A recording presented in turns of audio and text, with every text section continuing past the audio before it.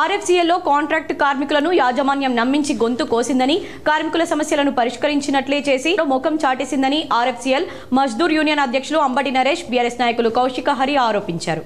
కార్యాలయంలో RFCL contract కార్మికుల సమస్యలపై జరిగిన చర్చల్లో ఆర్ఎఫ్సీఎల్ యాజమాన్యం చేతులెత్తడంతో రామగుండం ఎరువుల కర్మాగారం ఎదుట మజ్దూర్ యూనియన్ నాయకులు అంబటి నరేష్ ఆధ్వర్యంలో శుక్రవారం కాంట్రాక్ట్ కార్మికులు టోకెన్ సమ్మె చేపట్టారు. కర్మాగారంలో పనిచేస్తున్న కార్మికుల సమస్యలను పరిష్కరించాలని డిమాండ్ చేస్తూ గేటు ఎదుట నిరసన వ్యక్తం చేశారు. ఈ సమ్మెకు బీఆర్ఎస్ నాయకులు, కార్మిక నేత కౌశిక హరి సంఘీభావం తెలిపారు. ఈ సందర్భంగా అంబటి నరేష్తో కలిసి కౌశిక హరి మాట్లాడుతూ కార్మికులకు చేస్తున్న పనికి తగ్గట్టుగా యాజమాన్యం జీతాలు చెల్లించడం లేదన్నారు.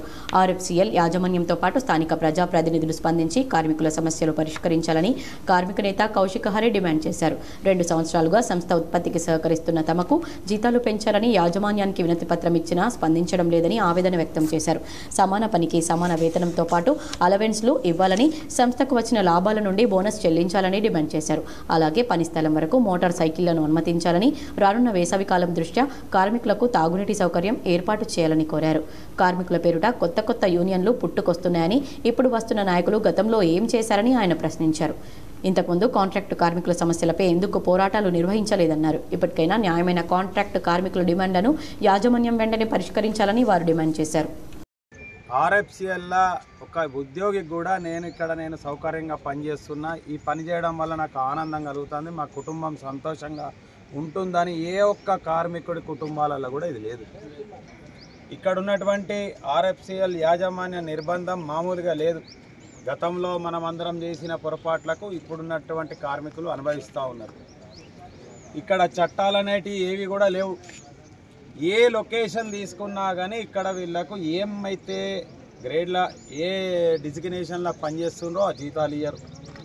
ఇక్కడ పనిచేసే పరిస్థితులు ఏ విధంగా ఉన్నాయంటే, ఒకప్పుడు బ్రిటిష్ జమానాలో ఏ విధంగా పనిచేసినామో బ్రిటిషులను నేను చాలా సందర్భాలలో చెప్తా, బ్రిటిషులను నైజాం సర్కార్ రెండు కలిపితే ఏ విధంగా ఉంటుందో ఇక్కడ ఆర్ఎఫ్సీఎల్లో ఆ విధంగా మన జీవితాలు, కార్మికుల జీవితాలు నడుస్తున్నాయి. ప్రభుత్వాలు మారినాయి, కొత్త ప్రభుత్వం వచ్చింది, కొత్త నాయకుడు వచ్చిండు. వచ్చేటప్పుడు చెప్పిండు నేను బీహారీని ఎలగొడతా, అందరికి ఉపాధి కల్పిస్తా అని. మరి మా కొత్త నాయకునికి ఇక్కడ బీహారీలు ఉన్నది కనబడతలేదా? ఏదైతే లోడింగ్ కానీ ఇంకా మిగతా లొకేషన్లల్లో బీహార్ కార్మికులు పనిచేస్తున్నారు, న్యాయంగా మన కార్మికులు పనిచేయాలి. వాళ్ళు ఇంకొక సంఘం పుట్టుకొచ్చింది. మరి ఇన్నేళ్ళు వాళ్ళు ఎక్కడున్నారు? వాళ్ళదే ప్రభుత్వం రావచ్చు, ఎవరైనా సంఘాలు పెట్టుకోవాలి, మాట్లాడేది కార్మికుల కోసం. ఒకరు సమ్మె పిలిపో ఒక పోరాటానికి పిలిపించినప్పుడు మనకి ఇష్టమున్నా లేకున్నా మద్దతు ఇవ్వాలి, ఇష్టమున్నా లేకున్నా మద్దతు ఇవ్వాలి. ఆర్ఎఫ్సీఎల్ మజ్దూర్ యూనియన్కి వెళ్ళి ఇవాళ టోకెన్ సమ్మె పిలిపించారు. నిన్న చర్చలకు పిలిస్తే వీళ్ళు రాలేదు. ఏం చెప్తాండు? మాకు కాంట్రాక్ట్ కార్మికులకు సంబంధం లేదు.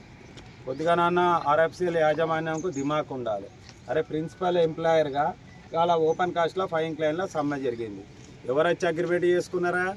మేనేజ్మెంట్ వచ్చి కూర్చున్నదా అమ్మాయింబడి? మొన్న మక్కన్ సింగ్ గౌరవ ఎమ్మెల్యే గారు చేస్తే కూడా వచ్చి మేనేజ్మెంట్ కూర్చున్నదా? వాళ్ళ ఆఫీసులో కూర్చొని చేసుకున్నారు కదా.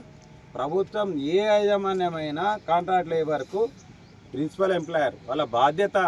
న్యాయమైనటువంటి డిమాండ్లు, వారి జీతభత్యాలు, అలవెన్సులు, ఇన్సెంటివ్లు, ఇవన్నిటి గురించి మేము ఆర్ఎల్సీ గారి దగ్గర స్ట్రైక్ నోటీస్ ఇవ్వడం జరిగింది.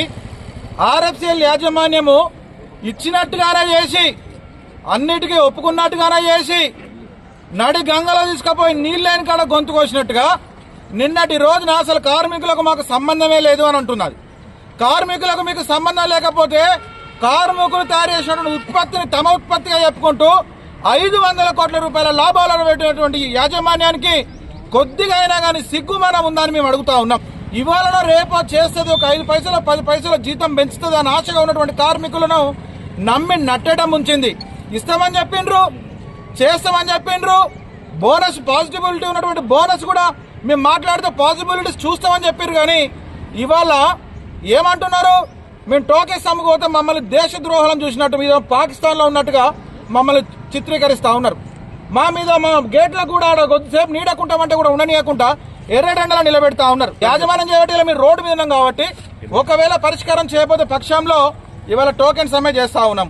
మేనేజ్మెంట్ దిగి రాకపోతే 18వ తారీఖు రోజు నుంచి మేము తర్వాత నిరాహార దీక్ష కూడా మేము పూనుకుంటామని చెప్పి మీడియా ముఖంగా మేము తెలియజేస్తా ఉన్నాం. అందరికి స్కిల్డ్ పేమెంట్ ఇవ్వాలి.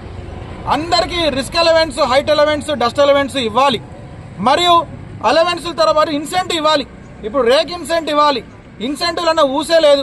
స్కిల్డ్ చేంజ్ చేయాలి. ప్రతి ఒక్క 2 సంవత్సరాలకు ఒకసారి స్కిల్డ్ చేంజ్ చేయాలి. అన్స్కిల్డ్ ఉన్నటువంటి కార్మికుడు చచ్చిపోయే వరకు అన్స్కిల్డే ఉండన్నట. ఇది కాదు, అన్స్కిల్డ్ కాదు, స్కిల్డ్ ఇవ్వాలి. తర్వాత బోనస్ ఇవ్వాలి. బోనస్ ఏంటిది? పండుగలకు ఇప్పుడు సింగరేణిలో కాంట్రాక్ట్ కార్మికులకు 5,000 ఇస్తారు. ఆ విధంగా ఆర్ఎఫ్సిఎల్లో 500 కోట్ల రూపాయల ప్రాఫిట్ ఉన్నప్పుడు ఎందుకు ఇయ్యారు? బోనస్లు ఎందుకు ఇయ్యారు? ఇవ్వాలి. బోనస్లు కూడా ఇవ్వాలి. బ్యాగ్ రేటు వీళ్ళకి బ్యాగర్లకు, స్టిచ్చర్లకు, లోడర్లకు బ్యాగ్ రేటు పెంచాలి. ఇంకొక విషయం, ఇవాళ ఆర్ఎఫ్సిఎల్లో పనిచేసేటువంటి వాళ్ళందరూ అధికారులు, పర్మనెంట్ వాళ్ళు లోపలికి బండ్లు వేసుకొని పోతా ఉన్నారు. మా బండ్లేమో ఇక్కడ బయట వారేయాలి. మేము నడుచుకుంటూ 2 కిలోమీటర్లు పోతే కింద పడిపోయారు. సోయి తప్పి స్ప్రో తప్పిపోయి కింద పడిపోయినారు.